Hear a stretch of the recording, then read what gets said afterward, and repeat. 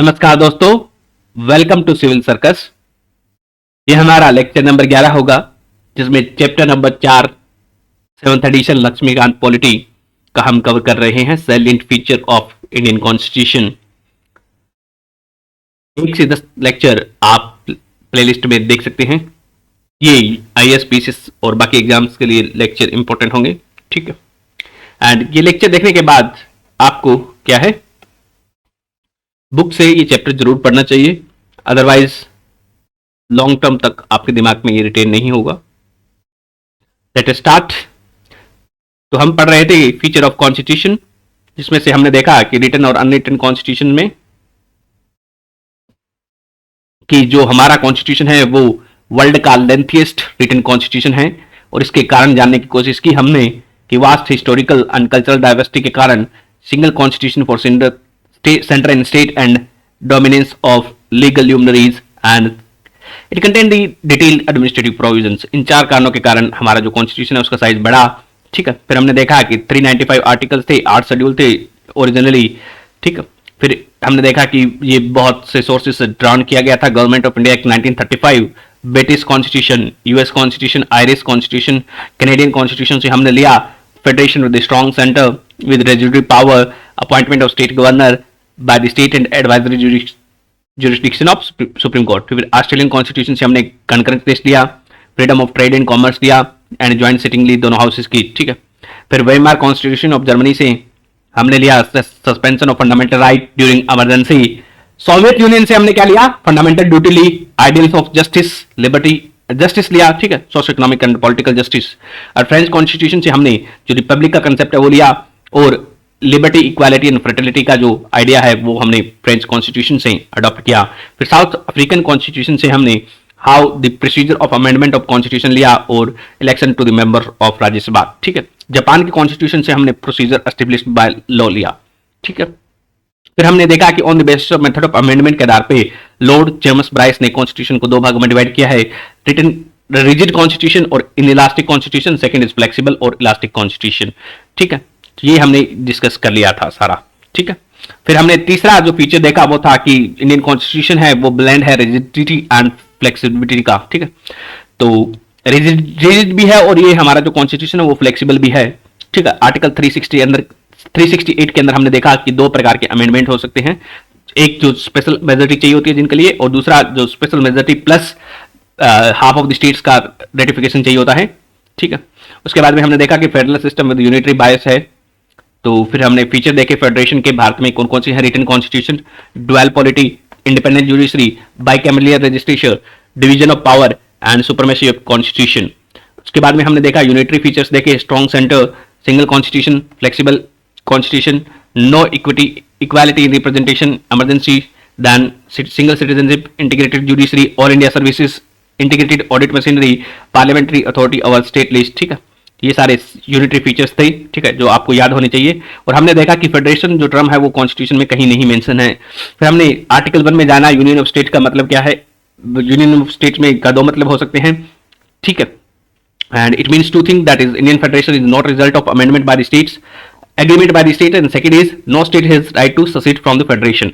तो फेडरेशन से कोई स्टेट अलग नहीं हो सकता, ठीक है। तो इंडियन कॉन्स्टिट्यूशन क्वासी फेडरल इसको किसके द्वारा बोला गया, केसी वीरे के द्वारा। बार्गेनिंग फेडरलिज्म बोला गया इसको मॉरिस जोन्स के द्वारा, ठीक है। एंड देन कोऑपरेटिव फेडरलिज्म बोला गया ग्रैनविले ऑस्टिन के द्वारा, ठीक है। फिर उसको फेडरेशन विद सेंट्रलाइजिंग टेंडेंसी बोला गया ईवर जेनिंग्स के द्वारा, ठीक है। फिर हमने देखा कि पार्लियामेंट्री फॉर्म ऑफ गवर्नमेंट हमने अडॉप्ट किया है यूके के वेस्ट मिनिस्टर मॉडल से, it is based upon cooperation and coordination. फिर हमने जाना कि feature of the parliamentary government in India क्या क्या फीचर्स है। हमने देखा कि नॉमिनल एग्जीक्यूटिव भी है, रियल एग्जीक्यूटिव भी है, फिर मेजॉरिटी पार्टी रूल करती है, फिर कलेक्टिव रिस्पॉन्सिबिलिटी है एग्जीक्यूटिव की टू द लेजिस्लेचर। फिर हमने देखा कि मेंबरशिप है मिनिस्टर की वो लेजिस्लेचर में है, ठीक है। Leadership of prime minister to and chief minister, then dissolution of lower houses हमने देखा, ठीक है। Even though the Indian parliamentary system is largely based upon the British pattern, but there are some fundamental differences, like Indian parliament है वो सोवर्जन body नहीं है British parliament की तरह, और हमने देखा कि इंडिया रिपब्लिक और ब्रिटिश में बनार्क है। छठा इंपॉर्टेंट फीचर हमने देखा कि synthesis of parliamentary सोवर्जनिटी and judicial supremacy का हमारे यहाँ सिंथेसिस देखने को मिलता है। तो पार्लियामेंट्री सोवर्जनिटी में मतलब पार्लियामेंट कोई भी लॉ बना सकती है और उसको तो कोर्ट्स है वो कैन नॉट और रूल नहीं कर सकती, ठीक है। फिर हमने देखा कि एडवांटेज ऑफ पार्लियामेंट्री सोवर्निटी क्या है, ये विल ऑफ पीपल को रिप्रेजेंट करता है, क्विकली रेस्पॉन्ड कर सकते हैं चेंजेस को और क्लियर लीगल हायरार्की है एस्टेब्लिश करता है। ठीक है, तो डिसएडवांटेज क्या हो जाएगा, अब्यूज ऑफ पावर हो सकता है, लेक ऑफ जुडिशियल रिव्यू के कारण कॉन्स्टिट्यूशन में ह्यूमन राइट्स का इग्नोरेंस हो सकती है, potential of laws to be inconsistent, तो डिफरेंट पार्ट्स के लिए अलग अलग लॉ हो सकते हैं। देन हमने देखा प्रिंसिपल ऑफ जुडिशियल सुप्रीमेसी।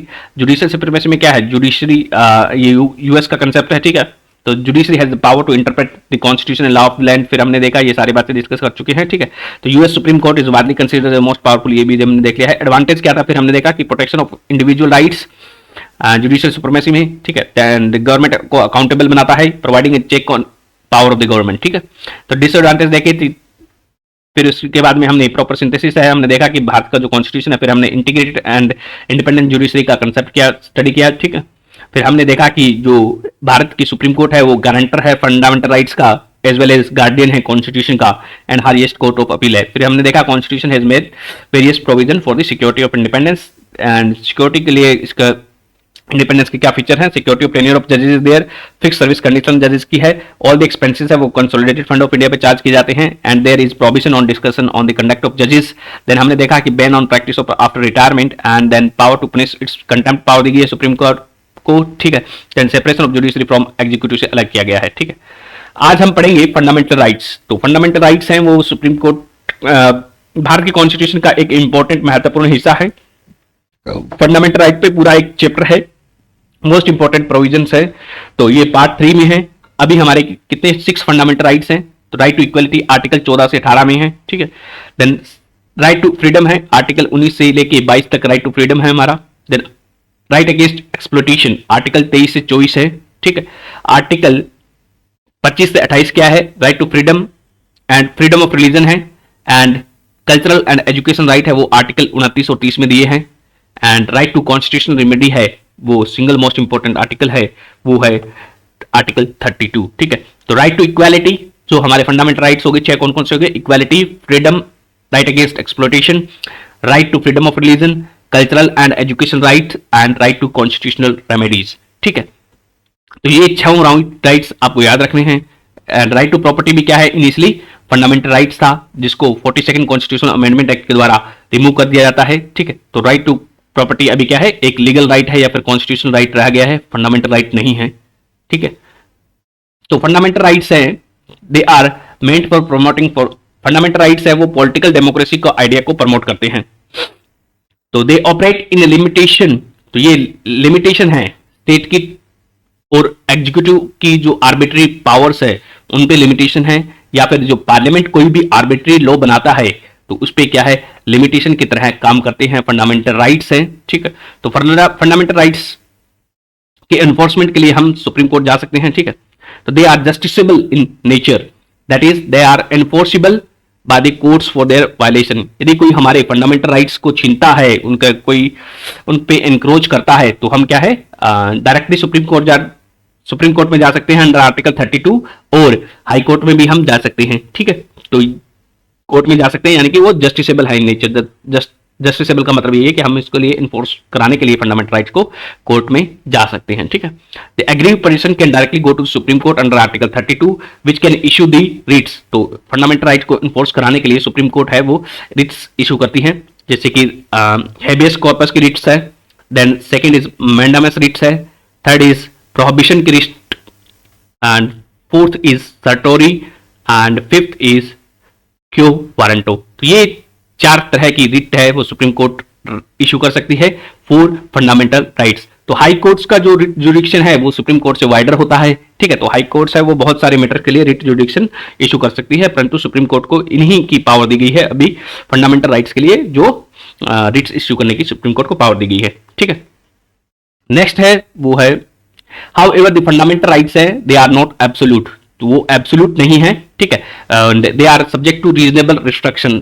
ठीक है, तो हम कुछ भी करें ये इसके अलाउ नहीं है। तो फ्रीडम ऑफ, जैसे कि फ्रीडम ऑफ स्पीच है, तो हम किसी को गाली दें वो अलाउ नहीं है। ठीक है, तो देयर आर रीजनेबल रेस्ट्रिक्शन है इन फंडामेंटल राइट्स पे, दे आर नॉट एब्सोल्यूट। ठीक है, and fundamental rights are not sacrosanct, ये सैक्रोसेंट नहीं है, यानी कि पार्लियामेंट चाहे तो इनको अमेंड कर सकती है।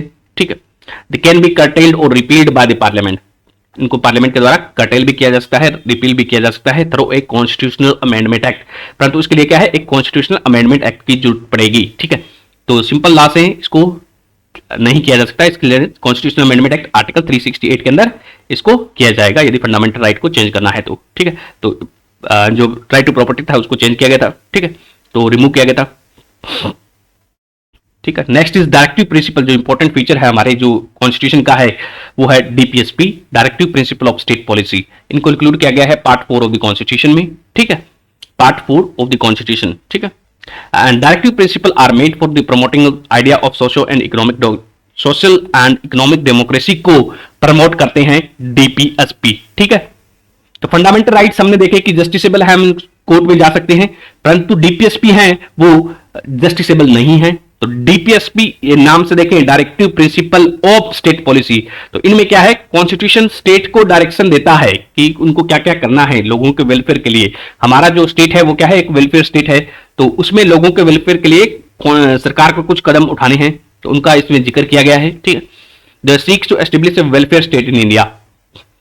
तो directive principle are non justiciable in nature, तो ये नॉन जस्टिसेबल है। ठीक है, एंड इसमें बहुत सारे राइट्स हैं, जैसे कि हम देखें तो equal pay for equal work है। ठीक है, एंड और भी बहुत सारे राइट्स हैं, but they are non justiciable नहीं है। ठीक है, नॉन जस्टिसेबल है and they are not enforceable by the court of law for their violation.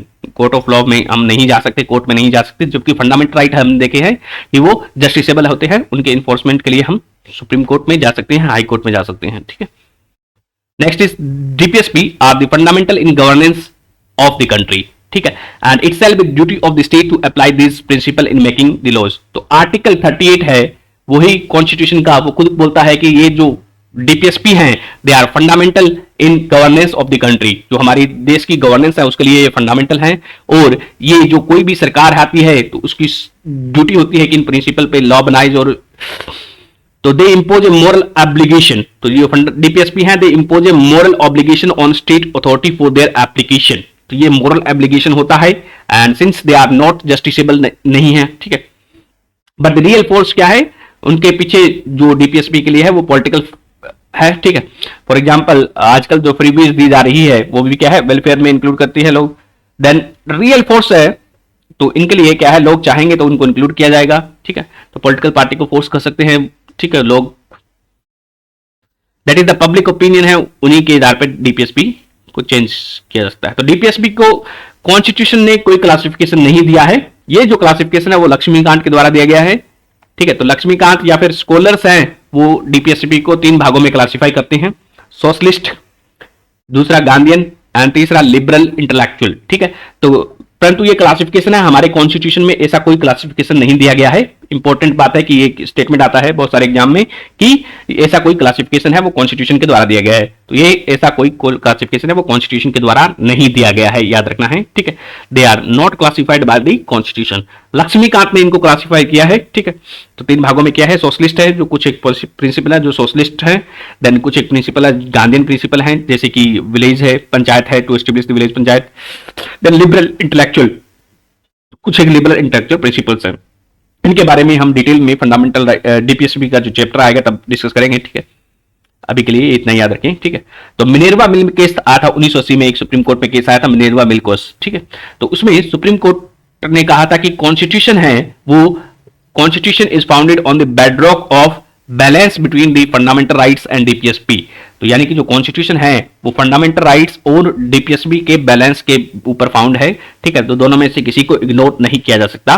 ठीक है, तो कॉन्स्टिट्यूंट मेकर्स ने डीपीएसपी को नॉन जस्टिसेबल रखा है, क्योंकि उस टाइम हमारे पास इतने रिसोर्सेज नहीं थे कि हम ये अडॉप्ट कर सारे जो प्रिंसिपल्स हैं वो डीपीएसपी के वो फॉलो कर पाए। ठीक है, तो उसमें बहुत सारे इकोनॉमिक प्रोविजंस हैं, जैसे कि मैटरनिटी रिलीफ देना है सबको, देन ओल्ड एज को पेंशन वगैरह देना है। तो ये सारे जो प्रोविजंस हैं डीपीएसपी के वो उस टाइम जो इतनी अच्छी इकोनॉमिक हालत नहीं थी, परंतु अभी धीरे धीरे इनको गवर्नमेंट इनको क्या है लागू भी कर रही है। ठीक है, तो फंडामेंटल राइट्स और जो कॉन्स्टिट्यूशन है वो फंडामेंटल राइट्स और डीपीएसपी के बैलेंस में है। तो ये ऐसा कौन से केस में बोला गया है, याद रखना है कि ये मिनेर्वा मिल केस 1980 में ऐसा बोला गया है कि सुप्रीम कोर्ट ने कहा है constitution is founded on bedrock of balance between the fundamental rights and DPS directive principles. ठीक है, नेक्स्ट इज डॉक्टर अंबेडकर ने डीपीएसपी को novel feature of Indian constitution बोला है। तो ये बहुत बार बहुत सारे पीसीएस में पूछा जाता है कि डॉक्टर अंबेडकर ने किसको novel feature of Indian constitution बोला है। तो इसका आंसर हो जाएगा डीपीएसपी।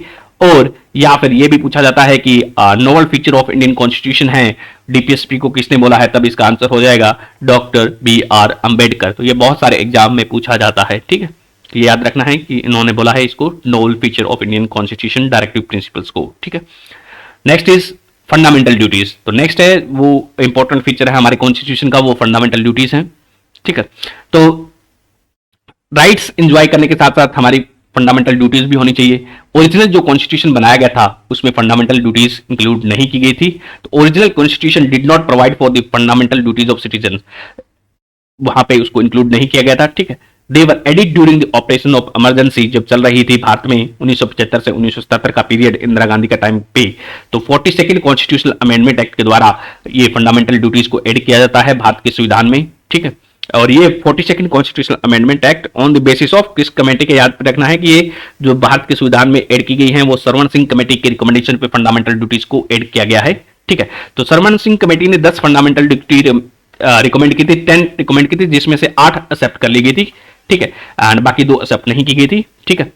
एंड याद रखना है कि सरवण सिंह कमेटी के रिकमेंडेशन पे फंडामेंटल ड्यूटीज को ऐड किया गया था आर्टिकल 51A में, ठीक है, 51A में। तो फंडामेंटल ड्यूटीज हैं वो भी क्या है, नॉन जस्टिसेबल हैं, ठीक है, यानी कि उनको हम कोर्ट में नहीं जा सकते उनके इन्फोर्स कराने के लिए। तो 86th कॉन्स्टिट्यूशनल अमेंडमेंट एक्ट ने एक और फंडामेंटल ड्यूटी ऐड की, ठीक है, 2002 में, ठीक है। तो टोटल कितनी है, 11 फंडामेंटल ड्यूटीज है हमारी। तो उनको हम इसी लेक्चर में देखते हैं 11 फंडामेंटल ड्यूटीज कौन कौन सी हैं, ठीक है। तो ये पार्ट 4A के पार्ट है, fundamental duties are included in part 4A of the constitution. याद रखना है कि पार्ट 4A में है, ठीक है।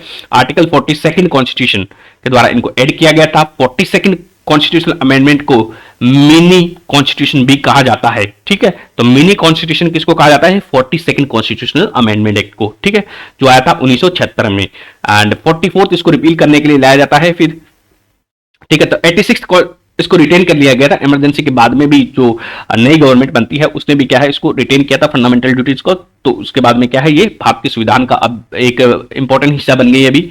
तो 86th कॉन्स्टिट्यूशनल अमेंडमेंट ने एक और ऐड कर दी थी, ठीक है। तो नेक्स्ट 1 बाय 1 सारे देखते हैं। दे आर पार्ट 4A में कॉन्स्टिट्यूशन में आती है फंडामेंटल ड्यूटीज। आर्टिकल 51A एक ही आर्टिकल है, हमारे संविधान का एक ही आर्टिकल है जो फंडामेंटल ड्यूटीज को बताता है। तो ये याद रखना है, फंडामेंटल ड्यूटीज है वो पूछी जाती है जनरली हर एग्जाम में, तो याद रखनी है सारी की सारी, ठीक है।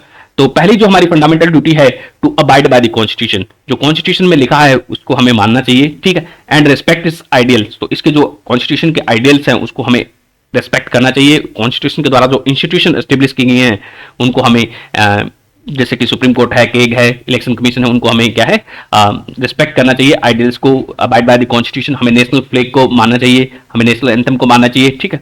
तो हमें कॉन्स्टिट्यूशन को मानना चाहिए, ठीक है, हमें नेशनल फ्लैग का रिस्पेक्ट करना चाहिए, ठीक है। एंड जो हमारा नेशनल एंथम है जो कि बनाया गया था रविंद्रनाथ टैगोर जी के द्वारा, जन गण मन, उसको हमें क्या है इसको याद होना चाहिए, पहली बात तो ये है, ठीक है। एंड बाकी आप इसके देख सकते हो कि इसका जो नेशनल एंथम को गाने के लिए कितना टाइम चाहिए होता है, 52 सेकंड का टाइम पूरा चाहिए होता है। एंड इनके द्वारा बनाया गया था ये, ठीक है, रविंद्रनाथ टैगोर जी के द्वारा जन गण मन हमारा जो नेशनल एंथम है। तो पहला जो हमारी कॉन्स्टिट्यूशनल ड्यूटी है to abide by the constitution, respect its ideal and institution, national flag and anthem, ठीक है। नेक्स्ट इज दूसरी हमारी जो फंडामेंटल ड्यूटी है to cherish and follow the noble ideas that inspire the national struggle for freedom, यानी कि जो हमारा जो फ्रीडम मूवमेंट हुआ था उसको जो इंस्पायर किया था आइडियाज, ठीक है, जैसे कि गांधी जी के आइडिया हो सकते हैं, सरदार पटेल के आइडिया हो सकते हैं, नेहरू जी के जो आइडिया हो सकते हैं, बोस के आइडिया हो सकते हैं, भगत सिंह जी के आइडिया हो सकते हैं, लाला लाजपत राय के आइडिया हो सकते हैं। तो जो भी आइडियाज थी जो हमारी फ्रीडम स्ट्रगल को इंस्पायर किए थे उसको हमें क्या है उनको चेरिश करना है, उनको फॉलो करना है, जैसे कि फ्रीडम है, ठीक है। Next is to uphold and protect this sovereignty, unity and integrity of India, हमें जो भारत की संप्रभुता है, सोवर्निटी है, उसको बनाए रखना है, यूनिटी को बनाए रखना है, इंटीग्रिटी को बनाए रखना है, ठीक है। एंड हमें कॉन्स्टिट्यूशन को मानना है, ठीक है। एंड सोवर्जन सोशलिस्ट सेकुलर ये प्रीम्बल में लिखा हुआ है, ठीक है, हमें यूनिटी बनाए रखनी है, ठीक है। Next is to defend the country and render the national service when called upon to do so, emergency condition में यदि कोई ऐसी आकस्मिक स्थिति आ जाती है तो हमें क्या है तैयार रहना चाहिए, ठीक है, नेशनल सर्विस के लिए एंड डिफेंड द कंट्री, ठीक है, वार के केस में। तो हमें तैयार रहना चाहिए, ये भी हमारी क्या है, फंडामेंटल ड्यूटी है, to defend the country. National service, NSS इसके लिए स्कीम भी चलाती है, एनसीसी वगैरह, ठीक है, लोगों को इंक्लूड करने के लिए। नेक्स्ट जो हमारी फंडामेंटल ड्यूटी है, to promote the harmony and spirit of common brotherhood, यानी कि जो हमारा जो कॉमन ब्रदरहुड है उसको बनाए रखना है, हमें जो भाईचारा है वो बनाए रखना है, ठीक है, among all the people of India, transcending the religious, linguistic and regional और सेक्शनल डाइवर्सिटी। तो इंडिया एक मल्टी रिलीजियस है, मल्टी लिंग्विस्ट स्टेट है, ठीक है, तो यहाँ पे बहुत सारे रिलीजन है, बहुत सारी भाषाएं हैं, उसके अलावा बहुत सारा जो डाइवर्सिटी देखने को मिलती है, उसके बावजूद हमें क्या है, जो स्पिरिट ऑफ कॉमन ब्रदरहुड है उसको मेंटेन करना है, ठीक है। और ऐसी कोई भी प्रैक्टिस है जो कि वुमेन के लिए डेरोगेटरी है, उसको हमें क्या है, रिनाउंस करना है, ये भी हमारी फंडामेंटल ड्यूटी है, ठीक है। तो हमें ब्रदरहुड मेंटेन करना है सारे धर्म के बीच में, ठीक है। नेक्स्ट जो हमारी फंडामेंटल ड्यूटी है, to value and preserve the rich heritage of country's composite culture, जो हमें हमारा जो इतिहास है, हमारा जो कल्चर है, जो रिच कल्चर है भारत का, ठीक है, डांस हो गया, उसमें जो भी है रिच कल्चर में, उसको हमें क्या है, उसमें प्राइड लेना है, उसको वैल्यू करना है और उसको आगे वाली जनरेशन के लिए हमें बचा के रखना है, ठीक है। Next is to protect and improve the natural environment, जो हमारा नेचुरल इन्वायरमेंट है उसको हमें क्या है, प्रोटेक्ट करना है, उसको इंप्रूव करने के लिए स्टेप लेने हैं। फॉर एग्जांपल अफोरेस्टेशन हो सकता है, फॉरेस्ट, लेक, रिवर है, वाइल्ड लाइफ है, इनको क्या है, हमें प्रोटेक्ट करना है। And to have the compassion for the living creature, तो जानवरों के प्रति भी क्या है, हमें कंपेशन होना चाहिए, ठीक है। तो हमें नेचुरल इन्वायरमेंट को प्रोटेक्ट करना है हमारी, ठीक है, ये भी हमारी फंडामेंटल ड्यूटी है। तो नेक्स्ट जो हमारी फंडामेंटल ड्यूटी है, to develop the scientific temper, तो हमें क्या है, साइंटिफिक टेम्पर डेवलप करना है, humanism, value of humanism develop करनी है, and spirit of inquiry and reform, तो इंक्वायरी एंड रिफॉर्म की जो स्पिरिट है हमें वो डेवलप करनी है। तो ये इंपॉर्टेंट फंडामेंटल ड्यूटी है कि हमें साइंटिफिक टेम्पर डेवलप करना है, ठीक है, जिससे हमारा जो साइंटिफिक विकास हो सके, जिससे हमारा विकास होगा, हमारी साइंटिफिक थॉट होगी, तो हम क्या है, इनोवेशन करेंगे, इनोवेशन करेंगे तो देश में इनोवेशन के द्वारा स्टार्टअप बढ़ेगा, स्टार्टअप बढ़ेगा तो इकोनॉमी बढ़ेगी, इकोनॉमी बढ़ेगी तो देश का विकास होगा, ठीक है। तो इससे क्या है, हमें ये साइंटिफिक टेम्पर और ह्यूमैनिज्म को बढ़ावा देना चाहिए।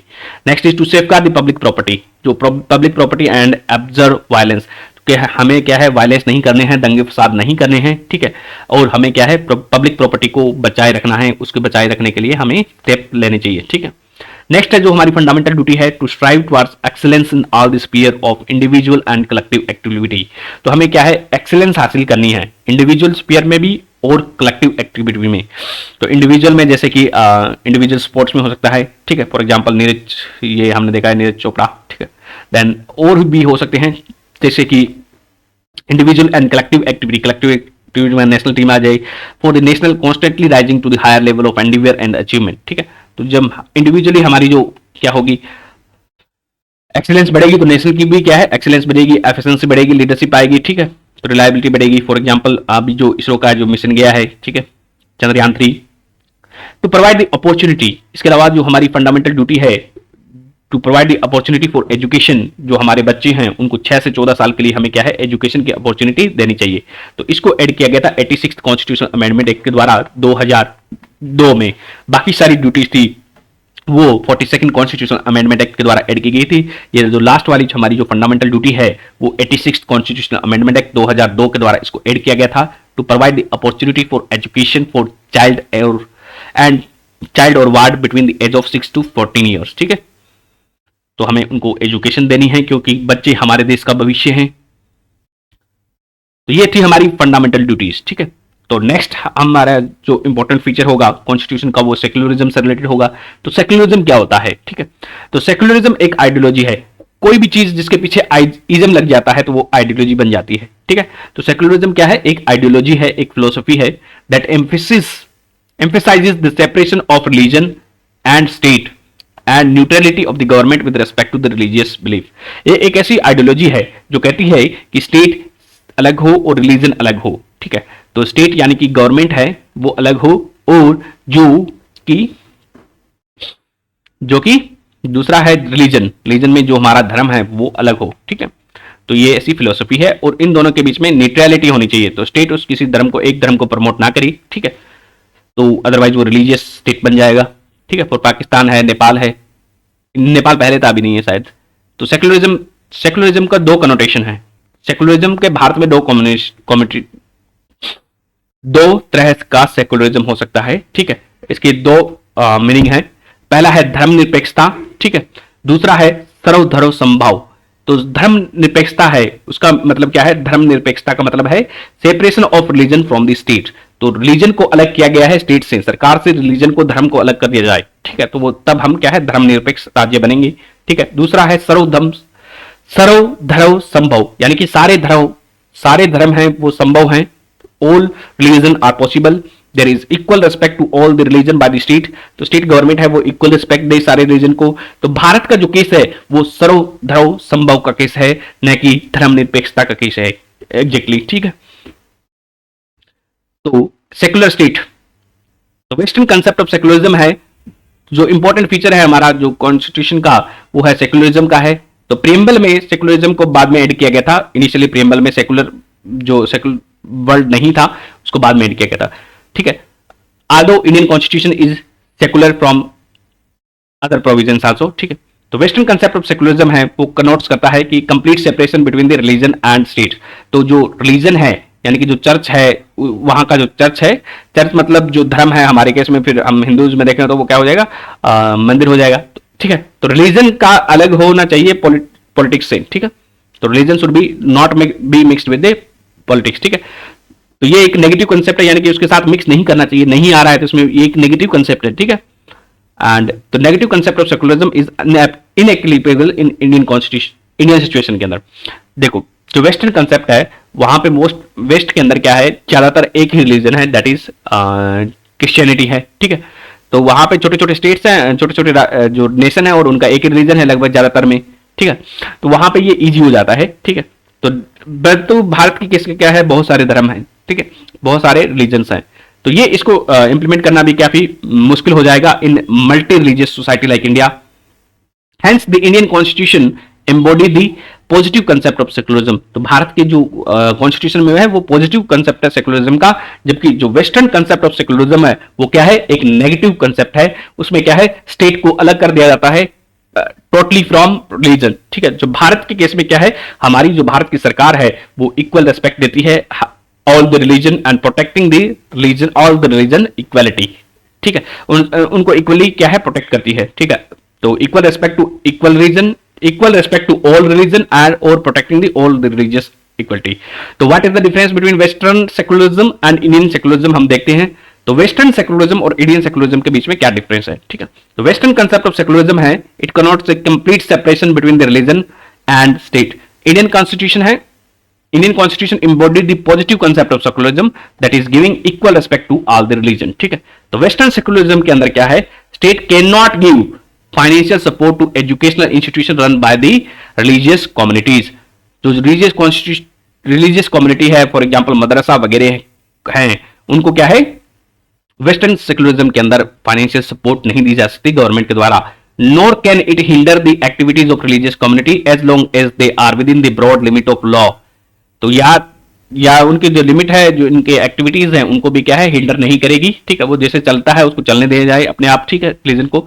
इंडियन कॉन्स्टिट्यूशन है जबकि वो परमिट करता है पार्शियल फाइनेंशियल सपोर्ट दिया जा सकता है फॉर रिलीजियस स्कूल्स के लिए, as well as financing of the religious building and infrastructure by the state. तो रिलीजियस बिल्डिंग है, इंफ्रास्ट्रक्चर है, फॉर एग्जाम्पल वो स्टेट के द्वारा किया जा सकता है, जैसे कि राम मंदिर बनाया जा रहा है, ठीक है। इट हैज, तो वेस्टर्न सेकुलरिज्म के अंदर क्या है? It has no place of state supported religious reform. तो स्टेट सपोर्टेड रिलीजियस रिफॉर्म के लिए वेस्टर्न सेकुलरिज्म के अंदर कोई भी प्लेस नहीं है, ठीक है। तो रिलीजन को अलग ही कर दिया गया इसमें।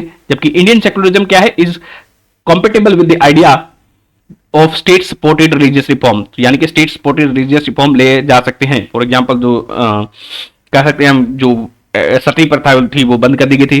For example the constitution ban untouchability को बैन करती है।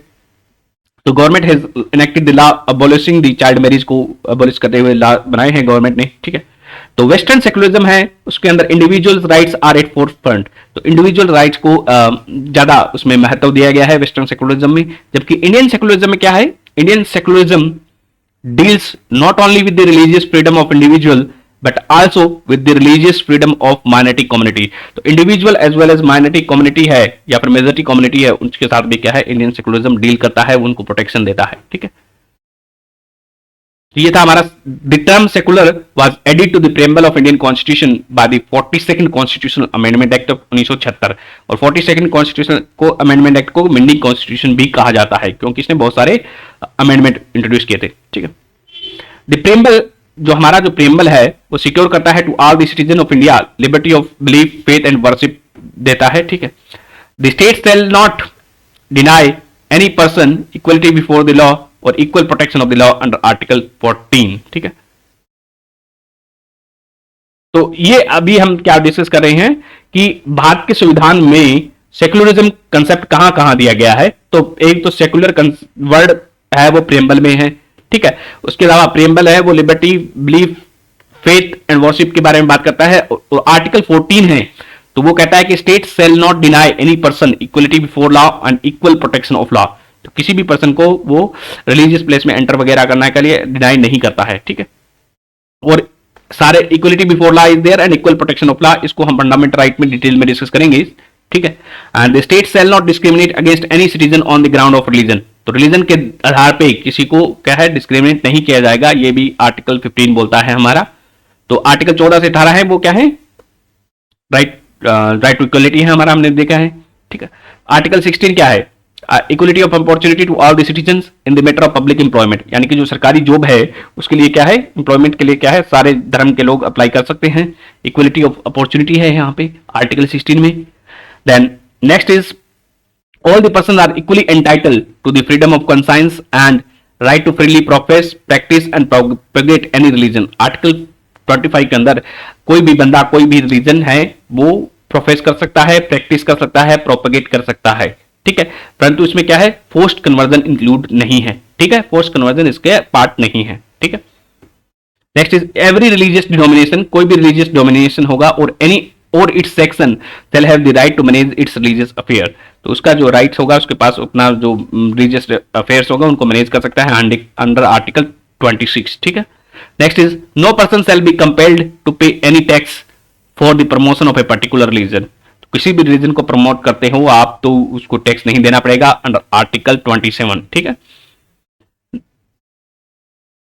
Next is no religious instruction shall be provided in any educational institution maintained by the state. तो आर्टिकल 28 के अंदर यदि कोई एजुकेशनल इंस्टीट्यूशन एस्टेब्लिश किया गया है स्टेट के द्वारा तो उसमें क्या है, रिलीजियस इंस्ट्रक्शन नहीं दिए जा सकते हैं। ठीक है, यानी कि गवर्नमेंट कॉलेज में या फिर कोई भी स्कूल हो तो उसमें रिलीजियस इंस्ट्रक्शन नहीं दिए जा सकते। Next is any section of the citizen shall have the right to conserve its distinct language script और कल्चर। तो कोई भी सेक्शन ऑफ सिटीजन हो सकता है, इट कैन बी मेजॉरिटी हो सकती है, माइनॉरिटी हो सकती है, उसके पास राइट रहेगा to conserve the language script और कल्चर का कंजर्व करने का राइट रहेगा अंडर आर्टिकल 29। ठीक है, इरेस्पेक्टिव ऑफ द रिलीजन। तो ये भी एक सेकुलर प्रोविजन है। Next is all the minorities shall have the right to establish and administer the educational institution of their choice under article 30। तो आर्टिकल 30 के अंदर भारत के संविधान के कोई जो माइनॉरिटीज हैं वो right to they have the right to establish and administer the educational institution of their choice है, उनके मदरसा वगैरह हैं वो एस्टेब्लिश कर सकते हैं। ठीक है, एंड जो भी माइनॉरिटीज है वो आर्टिकल 30 के अंदर ऐसा बोला गया है। तो आर्टिकल 44 है वो बोलता है कि state shall endeavour to secure all the citizen of India a uniform civil code. तो इन यूनिफॉर्म सिविल कोड के लिए एक कमेटी बनाई गई है अभी, कौन सी, रामनाथ कोविंद जी के अंदर में बनाई गई है। ठीक है, यूनिफॉर्म सिविल कोड। ठीक है, तो article 44 state shall endeavour to secure all the citizen of India a uniform civil code. Sorry अभी मैंने वो गलत बोल दिया है। ठीक है, रामनाथ कोविंद जी के अंदर में एक जो कमेटी बनाई गई है वो वन नेशन वन इलेक्शन से रिलेटेड है, वन नेशन वन इलेक्शन से। तो यूनिफॉर्म सिविल कोड दिया गया है भारत के संविधान में आर्टिकल 44 में। तो ये सारे जो प्रोविजंस हैं वो हमें क्या है, सेकुलर बनाते हैं। ठीक है, तो भारत के कॉन्स्टिट्यूशन में सेकुलरिज्म जो सेकुलर के कौन कौन से प्रोविजंस हैं वो आर्टिकल, पहला तो है इसमें हमने क्या देखा, टर्म सेकुलर है प्रीएम्बल में दिया हुआ है। दूसरा आर्टिकल 14 देखा है, इक्वलिटी बिफोर लॉ है, इक्वल प्रोटेक्शन ऑफ लॉ है। फिर आर्टिकल 15 है, ठीक है, किसी भी सिटीजन को डिस्क्रिमिनेट नहीं किया जा सकता on the ground of religion. Article 16 है, इक्वलिटी ऑफ अपॉर्चुनिटी रहेगी इन रेस्पेक्टिव ऑफ रिलीजन। ठीक है, आर्टिकल 25 के अंदर क्या है, everyone has right to freely profess, practice and propagate any religion। then article 26 के अंदर देखा कि religious denomination है, they have right to manage their religious affair। and article 27 के अंदर हमने देखा कि no person shall have be compelled कोई टैक्स नहीं देना पड़ेगा रिलीजन को प्रमोट करने के लिए। एंड आर्टिकल 28 के अंदर क्या देखा हमने, नो रिलीजियस इंस्ट्रक्शन है वो स्टेट गवर्नमेंट के द्वारा रन किए गए इंस्टीट्यूशन में प्रमोट नहीं किए जा सकते हैं। एंड आर्टिकल 29 के अंदर हमने देखा कि any section of citizens they have right to conserve their language, script और कल्चर। एंड आर्टिकल 30 के अंदर क्या है, तो माइनॉरिटी है वो माइनॉरिटी एजुकेशनल इंस्टीट्यूशन एस्टेब्लिश कर सकती है अपनी चॉइस के अनुसार। एंड आर्टिकल 44 के अंदर हमने देखा कि there is a provision for uniform civil code constitution में, ठीक है। तो ये सारे प्रोविजन है भारत को सेकुलर बनाते हैं। इसके अलावा सुप्रीम कोर्ट के जजमेंट भी आए हुए हैं। For example Kesavananda Bharati case versus state of Kerala 1973 में ये केस आता है, जिसमें बेसिक स्ट्रक्चर डॉक्ट्राइन का दिया जाता है भारत का, ठीक है। तो supreme court held that secularism was a part of basic structure of the constitution. तो सुप्रीम कोर्ट ने बोला कि जो सेकुलरिज्म है वो भारत के कॉन्स्टिट्यूशन का क्या है, बेसिक स्ट्रक्चर का पार्ट है। तो बेसिक स्ट्रक्चर में ऐसे प्रोविजंस हैं जिनको चेंज नहीं किया जा सकता, जिनको अल्टर नहीं किया जा सकता कॉन्स्टिट्यूशनल अमेंडमेंट के द्वारा भी, ठीक है। तो बेसिक स्ट्रक्चर का अलग से चैप्टर है, उसमें हम अलग से डिस्कस करेंगे। और बम्बई वर्सेस असार Bombay versus union of India case आता है 1994 में। उसमें क्या बोला गया, उसमें सुप्रीम कोर्ट ने कहा था elaborated on the meaning of secularism. उसमें सेकुलरिज्म के मीनिंग पे सुप्रीम कोर्ट ने चर्चा की और सुप्रीम कोर्ट ने बोला कि सेकुलरिज्म है वो भारत के कॉन्टेक्स्ट में क्या मीन करता है, equal treatment of all the religion. तो असार Bombay versus union of India case 1994 में सुप्रीम कोर्ट ने क्या कहा, सेकुलरिज्म का मतलब है equal treatment of all the religion. और केशवानंद भारती केस में क्या कहा गया कि सेकुलरिज्म है वो भारत के संविधान का क्या है, बेसिक स्ट्रक्चर का पार्ट है, ठीक है। तो ये याद रखना है दोनों केसेस आपको। Next is universal adult franchise.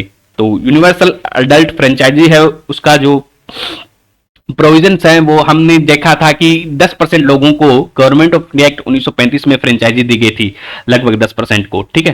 केवल 10% लोग ही वोट देने का अधिकार था।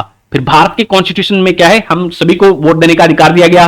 इनिशियली जो वोट देने की एज थी वो 21 साल रखी गई, फिर उसको बाद में घटाकर 18 किया गया, ठीक है। तो आर्टिकल 326 है भारत के संविधान का, आर्टिकल 326 है वो डिफाइन करता है universal adult franchise as a basis for election to all the level of elected government.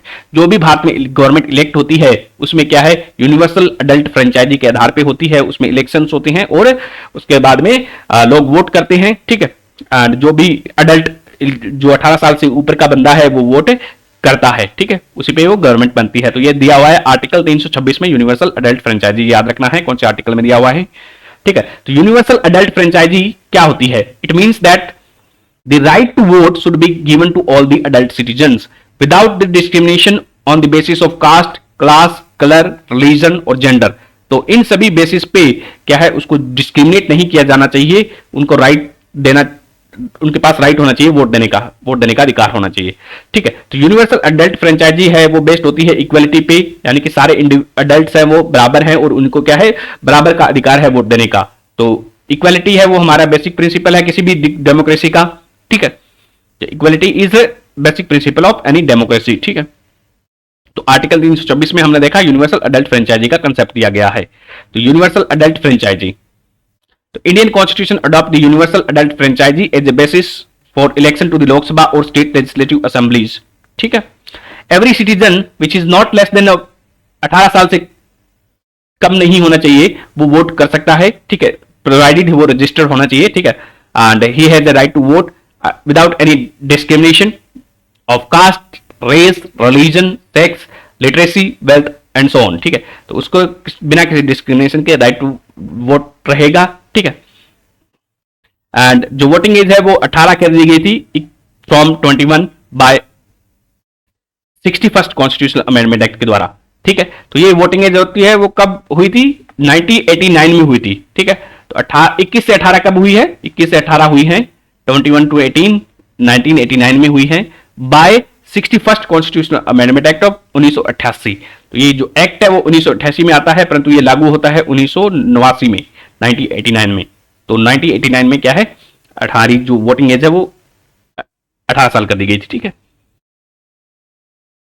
Universal adult franchise के फायदे क्या हैं, ठीक है। तो सभी लोग वोट दे पाए, इसका फायदा क्या है, इसका ये फायदा कि it makes the democracy broad based. तो सब लोगों का क्या है, वहां पे ये डेमोक्रेसी है वो हमारी ब्रॉड बेस्ड बन जाती है, ठीक है।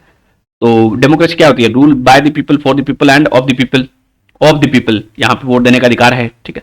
It enhances the self respect, तो इससे क्या है, जो सिटीजन्स की क्या है, सेल्फ रिस्पेक्ट बढ़ती है, and Prestige of common man, तो उनको लोगों को लगता है कि उनका अभी कुछ रोल है सरकार चुनने में, तो वो सरकार क्या फिर क्या है, रेस्पेक्ट करते हैं, ठीक है।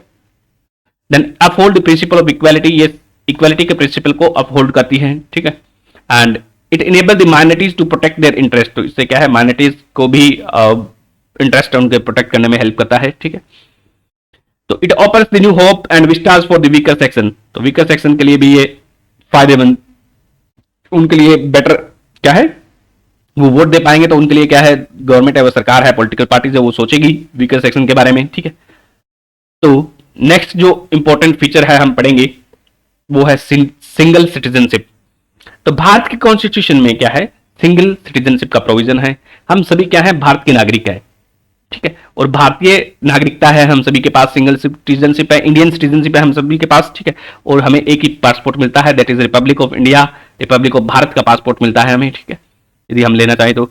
एंड जबकि यूएस के केस में क्या है, यूएस के केस में कोई भी सिटीजन है वो यूएस का भी सिटीजन है, और यूएस के अंदर कोई भी स्टेट है उसका भी सिटीजन है, ठीक है। तो उसमें दो पासपोर्ट उनके होते हैं, एक स्टेट का पास यूनाइटेड स्टेट ऑफ अमेरिका का पासपोर्ट है, दूसरा है उनका उस स्टेट का, फॉर एग्जांपल वाशिंगटन स्टेट का है तो उसका एक वाशिंगटन का पासपोर्ट होगा, दूसरा होगा उसका स्टेट का, ठीक है। तो यूएस के केस में हमने देखा है कि जो स्टेट्स हैं वो क्या है, उनकी एक अपनी फेडरल सुप्रीम कोर्ट होती है, उनकी अपनी क्या है, स्टेट्स की सुप्रीम कोर्ट भी होती है, और उनके पास अपनी सिटीजनशिप भी होती है। तो यहां पे अमेरिका के केस में क्या है, ड्युअल सिटीजनशिप आपको देखने को मिलती है, भारत के केस में सिंगल सिटीजनशिप है, ठीक है। दो the Indian constitution is federal है, ठीक है, यानी कि स्टेट गवर्नमेंट भी है और स्टेट यूनियन गवर्नमेंट भी है, एंड वी साज the dual polity that is centre and state, it provide only for a single citizenship, हमारे लिए एक ही सिटीजनशिप है, दैट इज इंडियन सिटीजनशिप, ठीक है। And in country like USA on the other hand each person is not only a citizen of USA but also a citizen of a particular state to which one belongs, जिस state को belong करता है उसका भी क्या है, वो citizen होता है। thus he away allegiance to the both दोनों को ही allegiance बिलोंग करता है and enjoy the set of rights, तो दोनों से राइट्स एंजॉय करता है, one conferred by the national government other conferred by the state government, उनके अलग अलग राइट्स हैं, ठीक है। नेक्स्ट इज इंडिपेंडेंट बॉडीज, तो भारत के कॉन्स्टिट्यूशन में इंडिपेंडेंट बॉडीज भी हैं, ठीक है। They are emphasised by the constitution as a bulwark of democratic system of government in India, तो जो कॉन्स्टिट्यूशन है देश को चलाने के लिए क्या है, इंडिपेंडेंट बॉडीज की जरूरत पड़ती है। एंड तो कौन कौन सी बॉडीज हैं जिनको माना गया है bulwark of democratic system of government in India, किसको माना जाता है, वो है सुप्रीम कोर्ट को कहा जाता है, election commission of India, UPSC और state PSC, state public service commission state के केस में, एंड देयर इज कैग। तो चार इंपॉर्टेंट बॉडीज हैं जो कि हैं bulwark of democratic system of government है, election commission of India, supreme court, third is UPSC, fourth is CAG CAG, ठीक है, कंट्रोलर ऑडिट जनरल, ठीक है। आर्टिकल 148 इससे रिलेटेड है, 148 सीएजी से रिलेटेड है। Next is emergency provision, important feature है नेक्स्ट है वो हमारे कॉन्स्टिट्यूशन का है, वो है इमरजेंसी प्रोविजंस, ठीक है। इमरजेंसी मतलब इमरजेंसी होती है इमरजेंसी सिचुएशन, तीन तरह की इमरजेंसी भारत में डिक्लेयर की जा सकती है।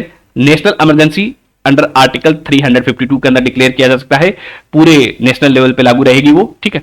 दूसरा है स्टेट इमरजेंसी, और किसी भी स्टेट में क्या है, प्रेसिडेंट रूल लागू भी होता है, तो उसको क्या है, प्रेसिडेंट रूल भी लागू कहा जाता है स्टेट इमरजेंसी को। एंड ये दो आर्टिकल के अंदर इसको डिक्लेयर किया जा सकता है, आर्टिकल 356 एंड आर्टिकल 365 के अंदर, ठीक है। एंड तीसरा है फाइनेंशियल इमरजेंसी, तो भारत में फाइनेंशियल इमरजेंसी अभी तक लागू नहीं की गई है, इसको लागू किया जा सकता है आर्टिकल 360 के अंदर, फाइनेंशियल इमरजेंसी है, ठीक है। तो ये आर्टिकल याद रखने हैं अभी के लिए, एंड इस पे एक पूरा चैप्टर है वो डिटेल में हम डिस्कस करेंगे, ठीक है। तो नेशनल इमरजेंसी है उसको तीन कारणों से डिक्लेयर किया जा सकता है। इट कैन बी ग्राउंड्स क्या है नेशनल इमरजेंसी को डिक्लेयर करने के, याद रखने हैं, इसको वॉर के ग्राउंड पे डिक्लेयर किया जा सकता है, पहला है war, second is external aggression, external aggression यानी कि फॉर एग्जांपल चाइना हमारा कुछ जमीन कब्जा कर ले तब इसको डिक्लेयर किया जा सकता है, ठीक है, external aggression. And third is armed rebellion, या फिर कभी कहीं पे भी आर्म्ड रेबेलियन हो जाए, जैसे कि 1857 में हुआ था, तो उस समय क्या है, जो नेशनल गवर्नमेंट है वो क्या है, इमरजेंसी डिक्लेयर कर सकती है। नेशनल लेवल पे भारत में इमरजेंसी लगी थी 1975 से 77 में, ठीक है, इंदिरा गांधी की गवर्नमेंट के दौरान, ठीक है। And second is state level पे जो लगता है प्रेसिडेंट रूल है वो है, ठीक है। तो हमें याद रखना है कि नेशनल इमरजेंसी तीन ग्राउंड पे डिक्लेयर की जा सकती है, वॉर, एक्सटर्नल एग्रेशन और आर्म्ड रेबेलियन, ठीक है। डिटेल में हम इनको बाद में अगले चैप्टर में करेंगे, ठीक है। तो स्टेट और जो प्रेसिडेंट रूल है, स्टेट इमरजेंसी है और प्रेसिडेंट रूल है, वो आर्टिकल 356 में लगाया जा सकता है, आर्टिकल 356 में on the ground of failure of constitutional machinery in the state, यानी कि स्टेट में किसी भी कॉन्स्टिट्यूशनल मशीनरी फेल हो जाए तो आर्टिकल 356 के अंदर क्या है, प्रेसिडेंट रूल लगाया जा सकता है। 356 के अंदर प्रेसिडेंट रूल गवर्नर के कहने पे लगाया जा सकता है, ठीक है, और अदरवाइज सेंट्रल गवर्नमेंट लगा सकती है। एंड यदि कोई स्टेट, भारत की कॉन्स्टिट्यूशन में एक ऐसा प्रोविजन है आर्टिकल 365 के अंदर, जिसमें क्या है, सेंट्रल सरकार है वो स्टेट्स को क्या है, डायरेक्शन दे सकती है, फॉर एग्जांपल रेलवे के मेंटेनेंस के लिए, एंड और भी बहुत तरह की डायरेक्शन है वो सेंट्रल सरकार है वो दे सकती है, यूनियन जो स्टेट्स को दे सकती है। और यदि कोई भी स्टेट है वो सेंटर की डायरेक्शन नहीं मानता है तो उसको क्या है, ये प्रेसिडेंट रूल लगाया जा सकता है अंडर आर्टिकल 365, ठीक है। तो दो आर्टिकल हो गए, 356 के अंदर क्या है, फेलियर ऑफ कॉन्स्टिट्यूशनल मशीनरी है, और 365 के अंदर क्या है, failure to comply with the direction of centre, ठीक है। तब उसमें डिक्लेयर किया जा सकता है।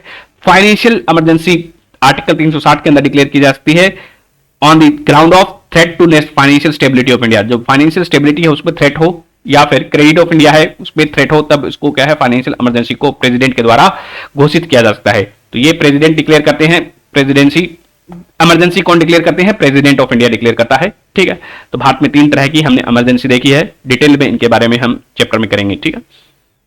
नेक्स्ट, ड्यूरिंग इमरजेंसी क्या होती है, सेंट्रल गवर्नमेंट है वो ज्यादा पावरफुल बन जाती है, और स्टेट है वो टोटल कंट्रोल में आ जाते हैं सेंटर के, ठीक है, नेशनल इमरजेंसी के दौरान, ठीक है। ऐसा नेशनल इमरजेंसी के दौरान होता है, सेंट्रल गवर्नमेंट है वो काफी पावरफुल बन जाती है। स्टेट इमरजेंसी में एक स्टेट को इंपैक्ट कर सकती है, ठीक है।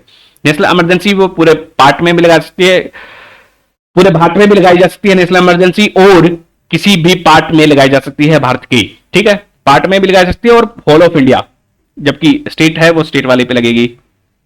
एंड जब नेशनल इमरजेंसी लगाई जाती है तब जो फेडरल स्ट्रक्चर है वो यूनिटरी स्ट्रक्चर में कन्वर्ट हो जाता है, ठीक है, and without a formal amendment of constitution, इसके लिए कोई अमेंडमेंट की जरूरत नहीं पड़ती है, ठीक है।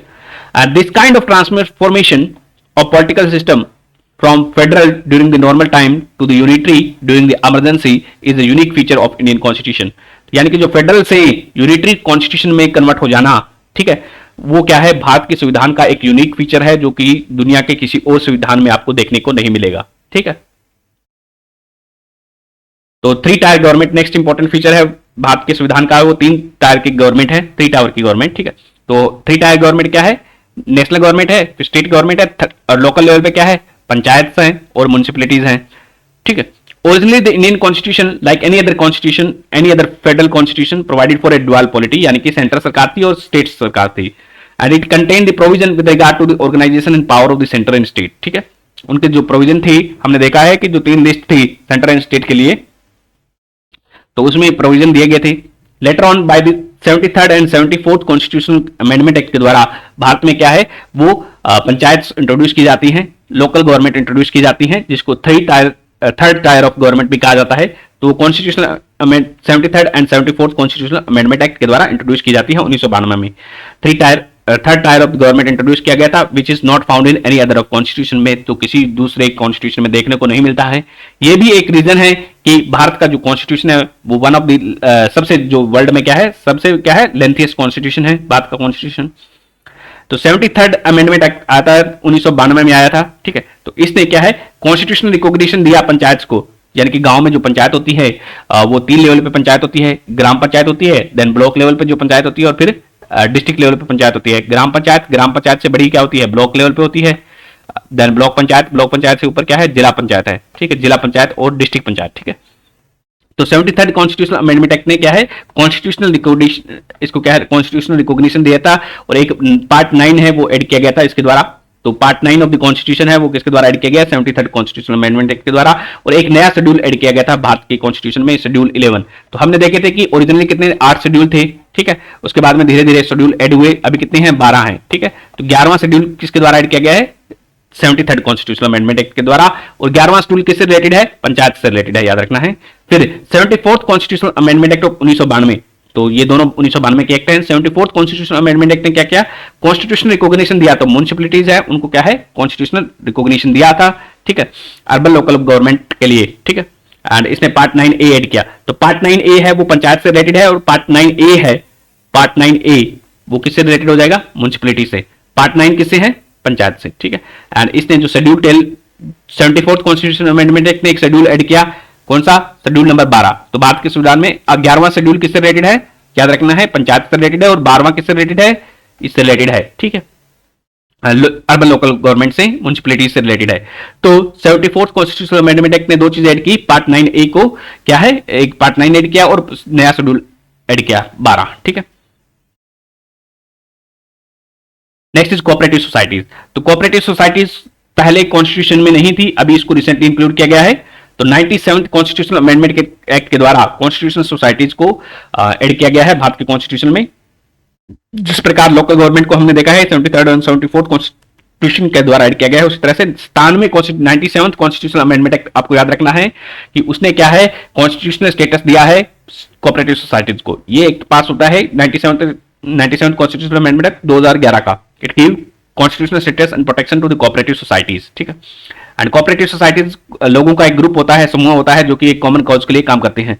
It make the right to form the cooperative society एक फंडामेंटल राइट बना दिया गया था, ठीक है। तो आर्टिकल 19 के अंदर एक आर्टिकल नया ऐड किया गया, जिसमें बोला गया कि जो कोऑपरेटिव सोसाइटी है वो बनाने का हमारे पास फंडामेंटल राइट रहेगा। Right to form cooperative society is a fundamental right under article 19, ठीक है, फ्रीडम ऑफ स्पीच वाले आर्टिकल के अंदर, ठीक है।